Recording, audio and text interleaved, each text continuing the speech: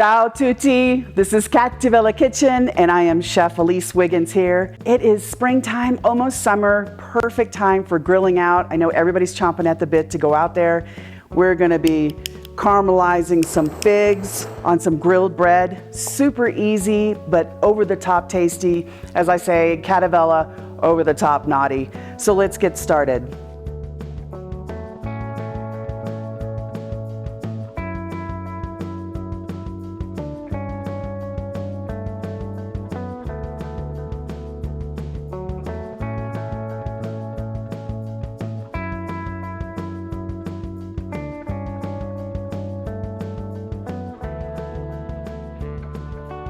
So simple ingredients. I've got a little bit of garlic. I'm gonna infuse with some really good olive oil. Again, this is the naughty version. I do a lot of Italian that's authentic, but this one's the naughty version. This is Italian ingredients with a little bit of naughty Elise spin, but it's all about quality. So we're gonna do some fresh garlic, some really good extra virgin olive oil. I've got prosciutto di Parma, mission figs, mascarpone, we're going to talk about that in a little bit of fresh thyme, some arugula, and then of course we're going to have some grilled bread. And the secret again is going to be with this torch later on, where you put a little sugar on the fig, get that caramelization where it's nice and smoky. So anyway, we're going to get started. Oh, and a little bit of white truffle oil. So first thing we're going to do is we're going to get started on a little bit of chopped garlic. Super simple. I like to smash it quickly. That way the garlic doesn't pop all over the place. Often, you know, people, when you're chopping, you're just like, it's all over the place and you can't control it. But it just takes 2 seconds. And one of the things I always tell people, because they're always like, you're chopping too fast.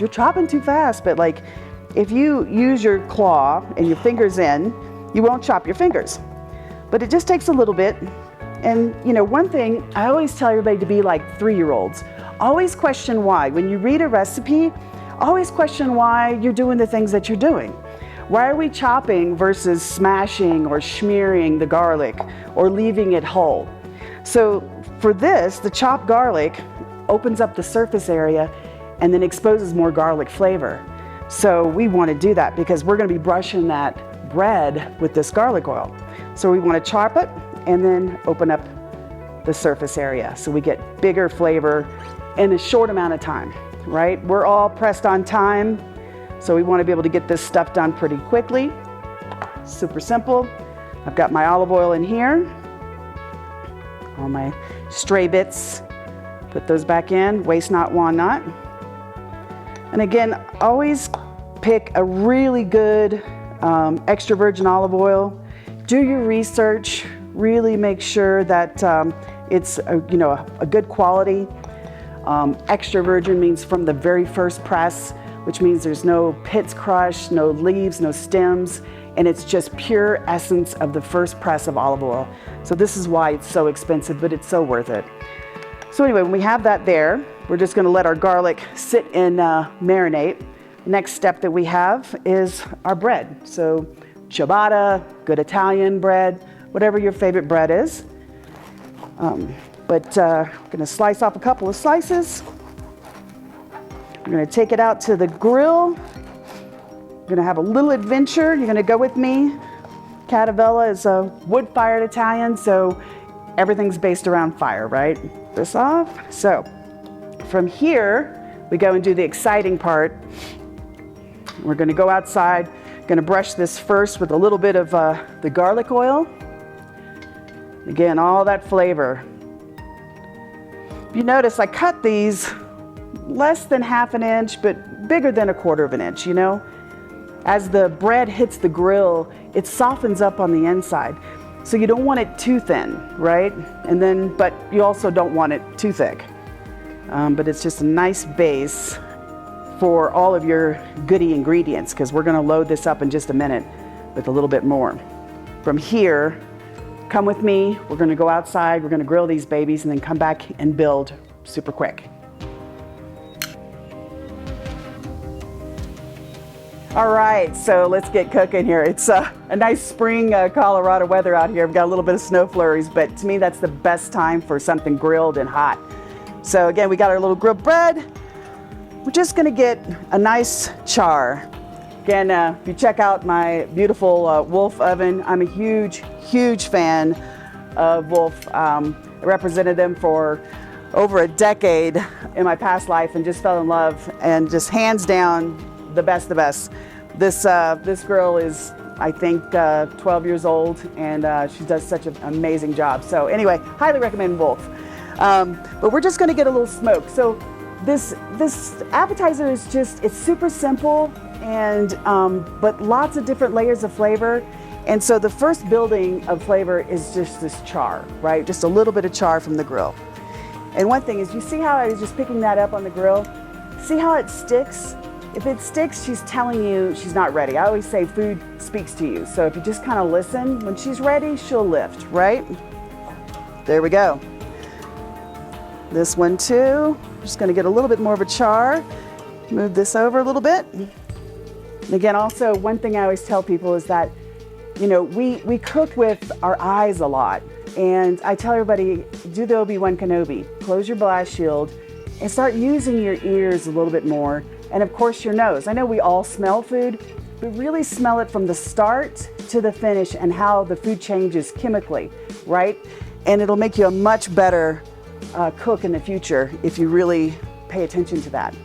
So we've got some really good char, and again, you know, we want a little bit of crunchy, but we don't want this super crispy. But we're good to go, so now we're gonna go back inside and reassemble.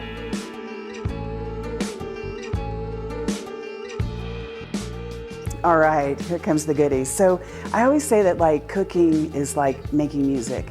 Like you just have different layers of sound, and some are big and dramatic flavors, and some are just soft and quiet.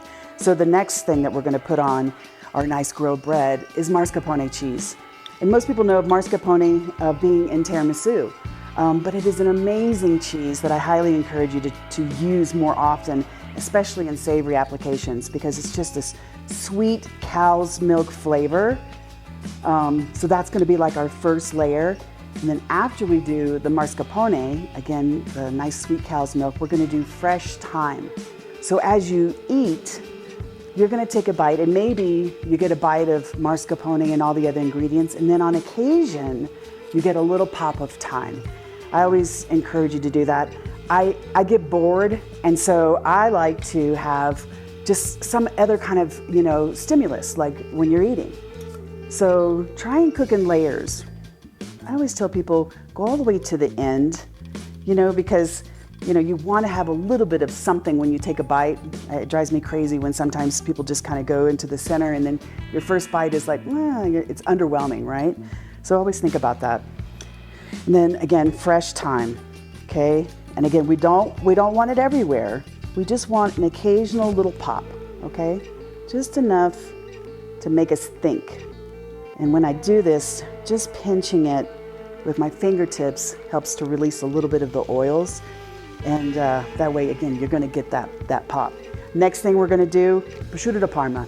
Again, I can't emphasize enough that it's all about quality, right? Quality ingredients. You can get imported prosciutto, definitely do it. It's so worth it. And I always tell people, like, if you don't want to buy a whole leg of prosciutto and you don't think your family's going to be able to eat it, hit your neighbors up, right? You guys all divide it. That way everybody has some, and then it saves you so much money versus getting it like pre-sliced somewhere else. But anyway, so back to the flavors, okay? So we have layers. We've got the creamy cow's milk, and then we've got, oh, and don't forget, the garlic oil that's underneath, and then the char. So we have the garlic oil, the char, creamy mascarpone, the salty, sweet prosciutto, and then of course we're gonna do the fig now. So mission fig, they're often in season quite a bit. And you know, sometimes they fall out of season just for a couple of months, but just wait long enough. And they're so worth the meaty, sweet flavor profile of them, just delicious. And it's just well worth it.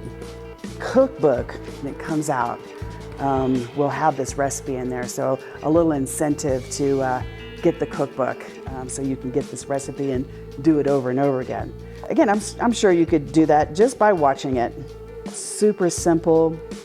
And again, you saw there's just not a lot of prep, right? So All you have to do is just buy these simple ingredients, have them in your house, and you can whip this up and you're going to impress your friends. I'm telling you, wait for the torching part until they're all around so you can really, kind of show off. What do we do? A little more fig. Again, it doesn't take much. Put the fresh fig down. Now the fun part. We're going to take a little bit of sugar and we're going to torch our fig. Not a lot of sugar. Figs are sweet. This is just for, like I said, that other layer of flavor. And don't worry about this being overly sweet. This is going to be counterbalanced by the smokiness of the bread and then the saltiness of the prosciutto. Now the fun part. Yes. So you're just going to hold this down. This little torch, you can use a bigger one or you can use one of those ones you get at Home Depot. Trust me, we do it because we go through big batches. But if you notice, as I'm doing this, there's going to be little char marks in here where it's all bruleeing. And I like to hit the prosciutto as well, just a little bit on the outside, because then you're going to get two flavors of prosciutto. One that's been toasted with the torch, and then one that's a little bit crudo or, just raw underneath. And no, prosciutto is not raw, even though they call it crudo. It just means it's salt cured with time. That's good enough. So I'm going to show you now the quick presentation we're going to do. Again, if you have a nice cutting board, you just do a simple little cut right here. And then, of course, again, the secret weapon, the deadly weapon. I know some people are like, no, truffle oil, but sorry, bah humbug. I think it tastes delicious. And it's a little naughty. Again, we're all about naughty around here. Last layer of flavor, some arugula, okay? Just a little bit. Just a little bit.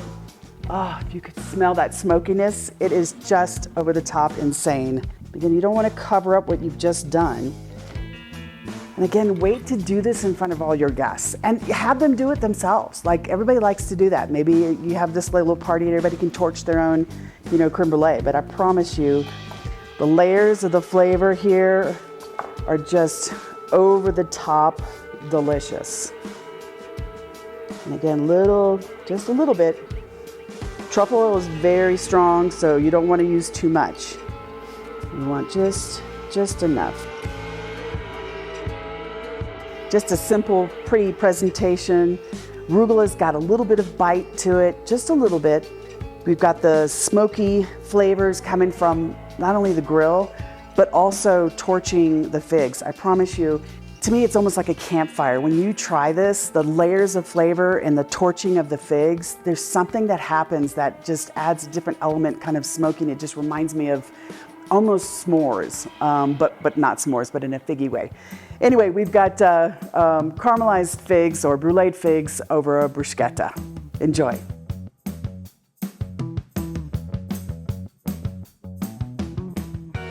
All right, welcome back to the Cattivella Kitchen. I'm Elise Wiggins, your host and chef. We did explosive flavors and layers and techniques and stuff like that. But this pasta is a very classic, simple, straightforward pasta.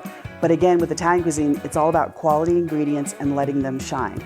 So in the springtime, this lighter pasta dish with just hints of flavor, it's a little bit more delicate, just like me, right? So we have fresh pasta. We're gonna actually do our ravioli. So we're gonna extrude this. So I made this pasta a little bit earlier and we're going to extrude it. And then again, for the ingredients, let me tell you a little bit about the ingredients. We have sheep ricotta from La Mozzarella. This is a importer here in Denver, and they're also in Chicago and some other areas. But they have the most amazing cheeses. So La Mozzarella.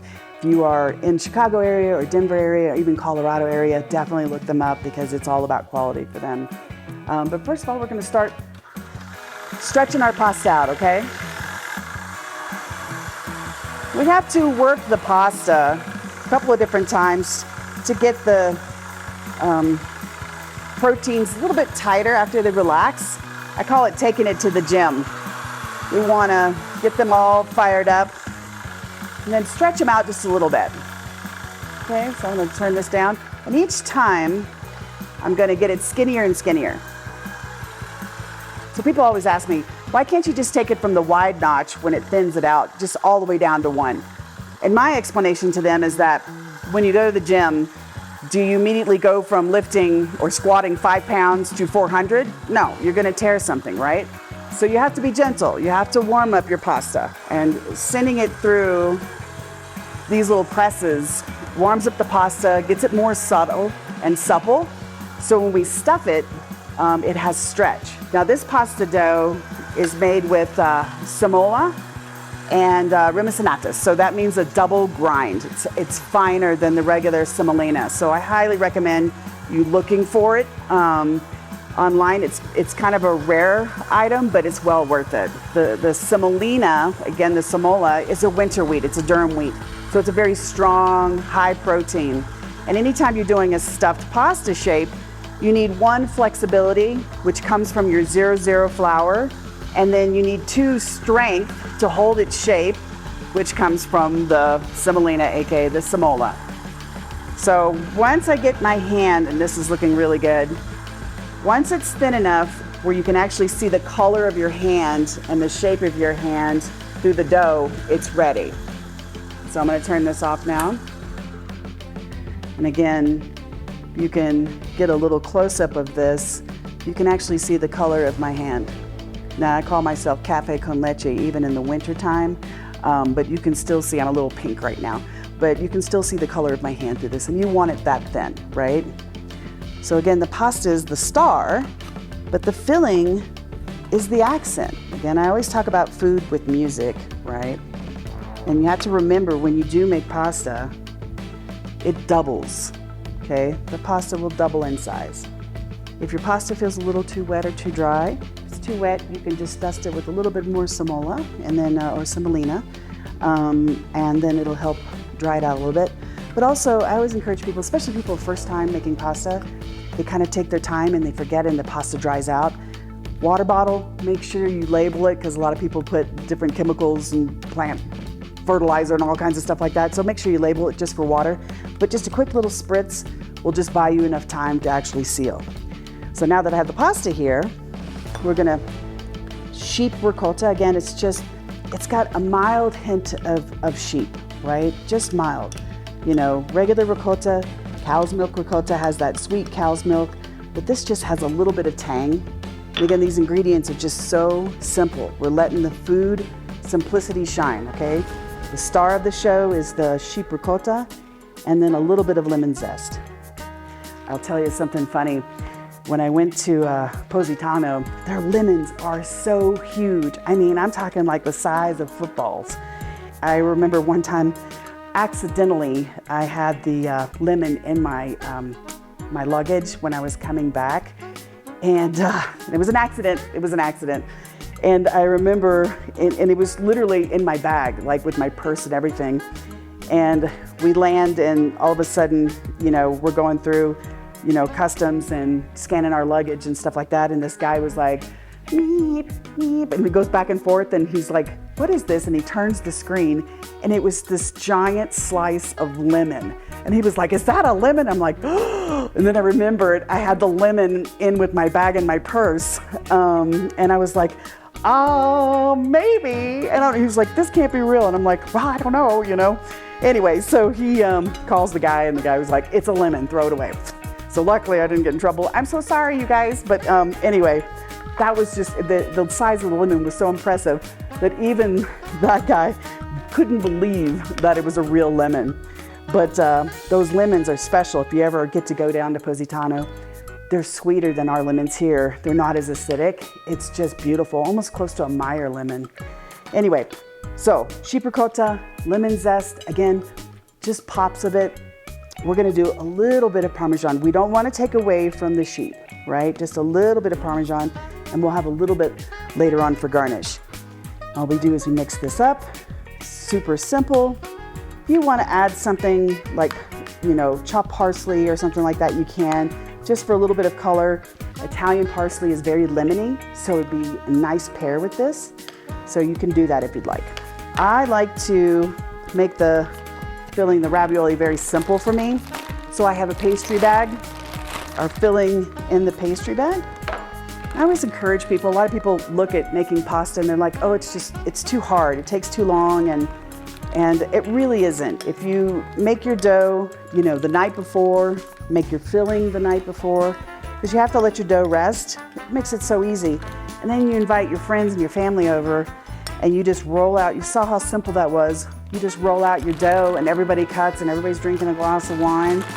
And everybody has a great time. I mean, that's what life's about to me. Is like, it's centered around family and friends and really good food, right? All right, so we've got our filling now, and I'm gonna set this aside.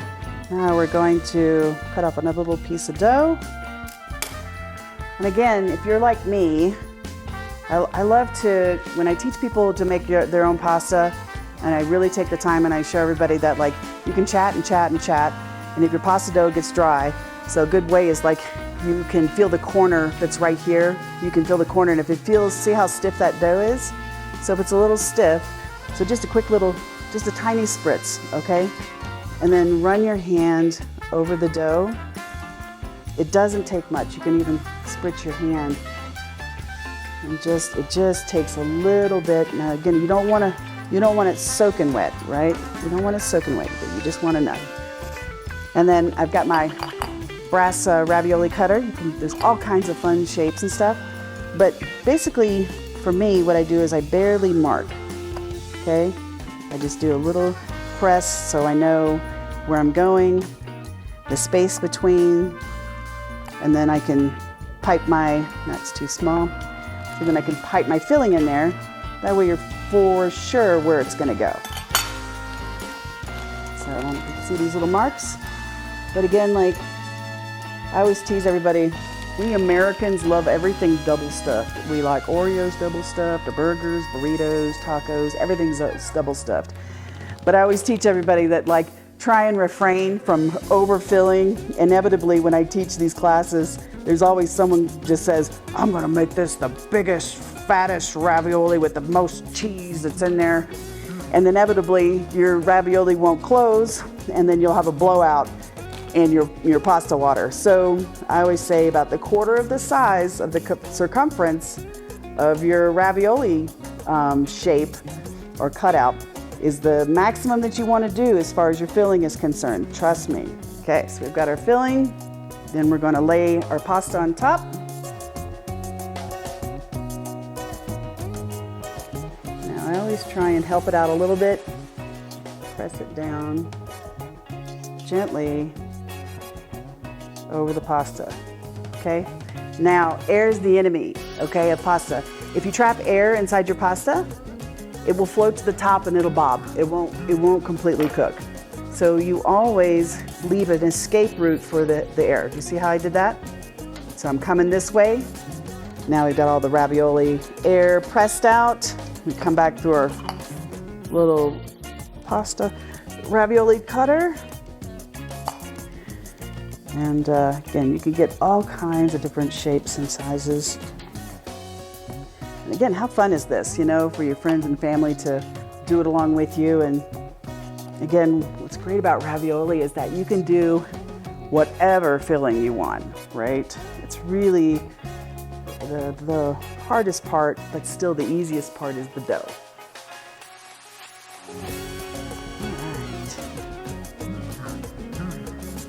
Last one.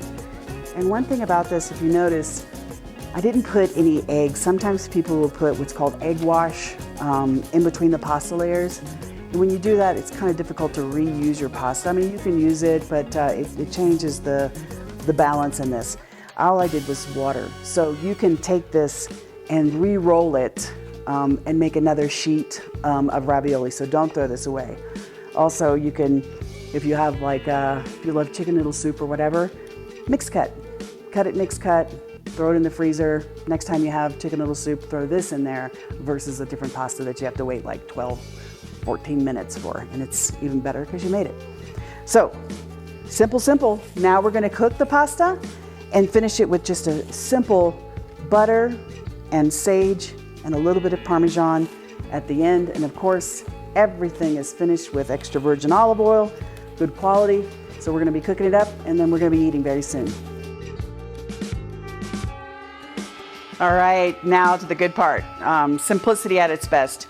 So we've got our pasta hot, but what we're gonna do is we're gonna add a pinch of salt, right? Good sea salt in here to flavor. Woo, it's not exciting unless something gets a little fiery up. Anyway, I have that effect on people, sorry.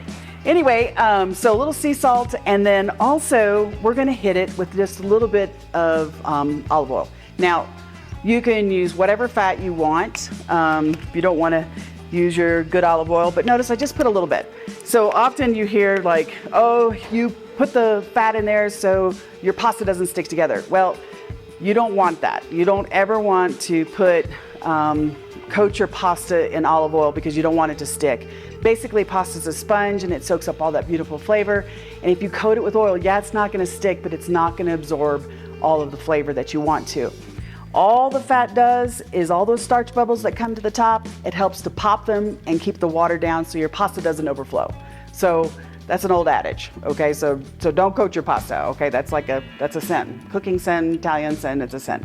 Anyway, so we've got the salt in there, we've got our fat, but the next thing we have to do is very quick, okay? So good butter, okay? A lot of people are gonna kill me on this, but this is it's a French butter, okay? And it's really good. There's my naughtiness, okay? I know all of my Italian friends out there are gonna be like, what are you doing, you know? But I love the French butter. So all we're gonna do is we're going to just barely melt it.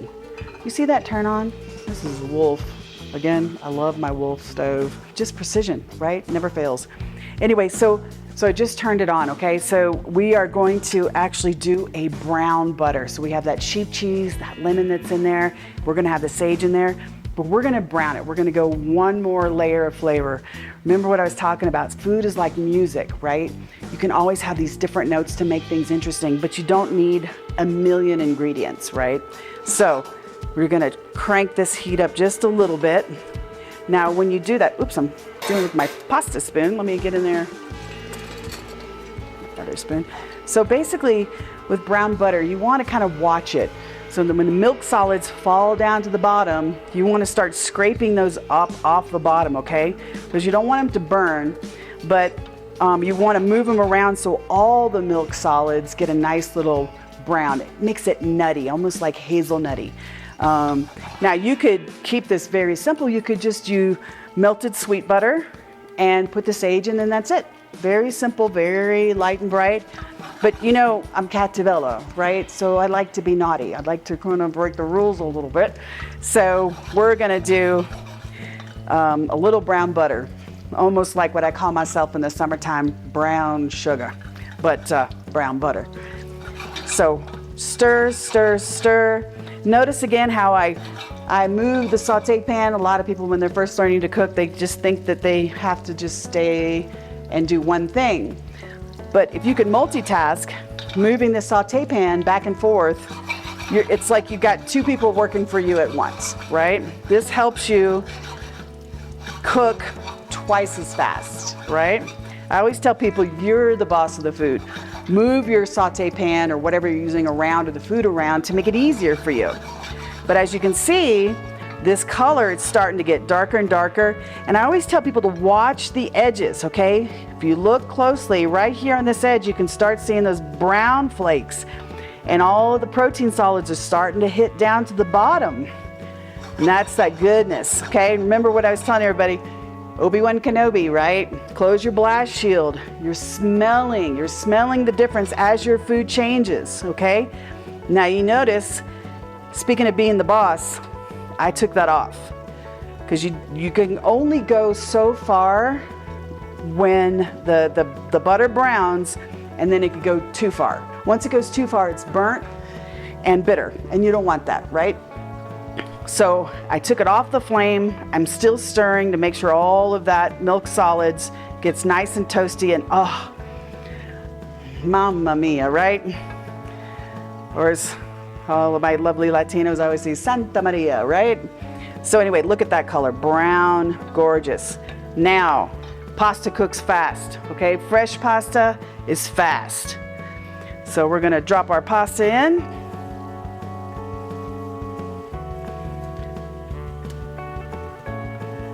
All right. Now that the brown butter's calmed down, this is when I add the sage, okay? Now, sage is good, and you'll hear often about fried sage. Well, fried sage is delicious, but if you over fry it, it can become bitter.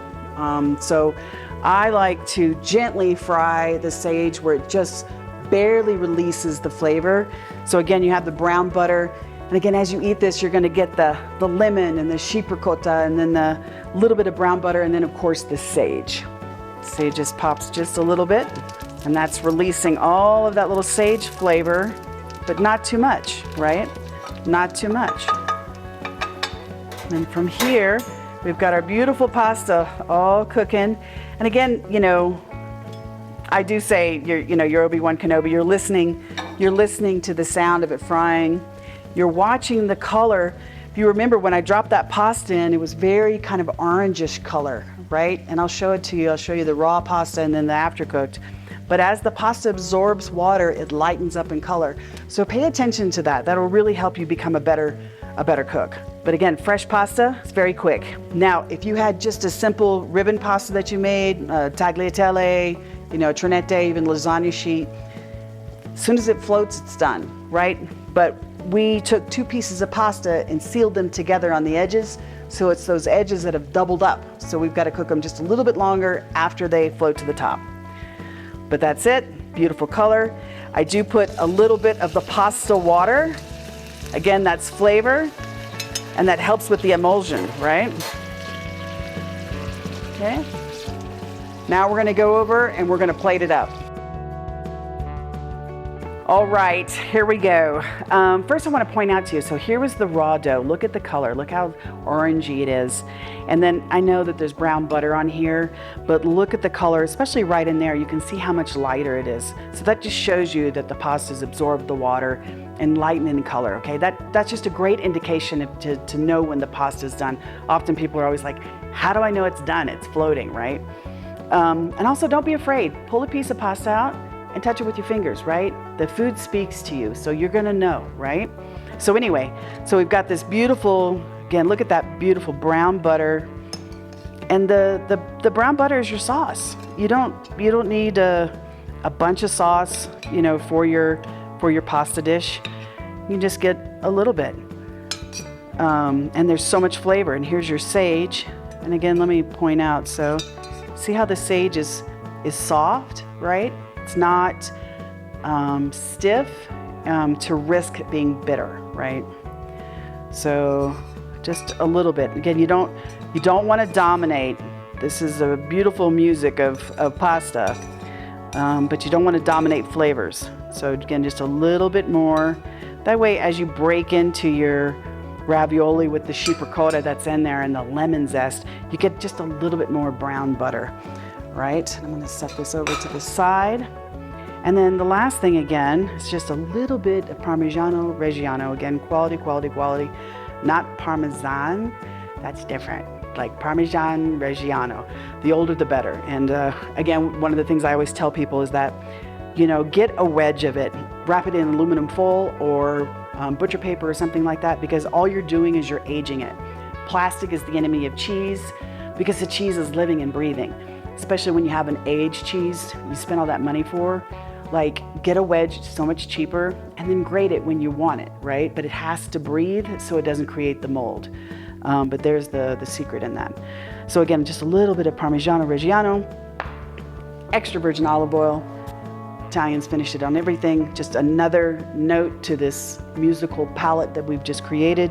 Just a tiny bit. That's it. And there we have our sheep ricotta ravioli, very classic and absolutely delicious. Enjoy. All right, so this concludes our sheep ricotta from La Mozzarella. That's a favorite vendor of mine that I have in Denver, Colorado, and also they're in Chicago. So some of the best cheeses you can possibly get, La Mozzarella. And anyway, so very simple ravioli dish. lemon zest, sheep ricotta, and a little bit of brown butter and sage to finish. Fresh pasta. You just can't go wrong with this. Absolutely delicious. Check it out in the cookbook. Recipes in there, so along with all these other fantastic Cattivella naughtiness that you'll enjoy. So yeah, and the cookbook is called Cattivella. Anyway, so tune in for the next episode. We're always doing something fun and exciting and naughty.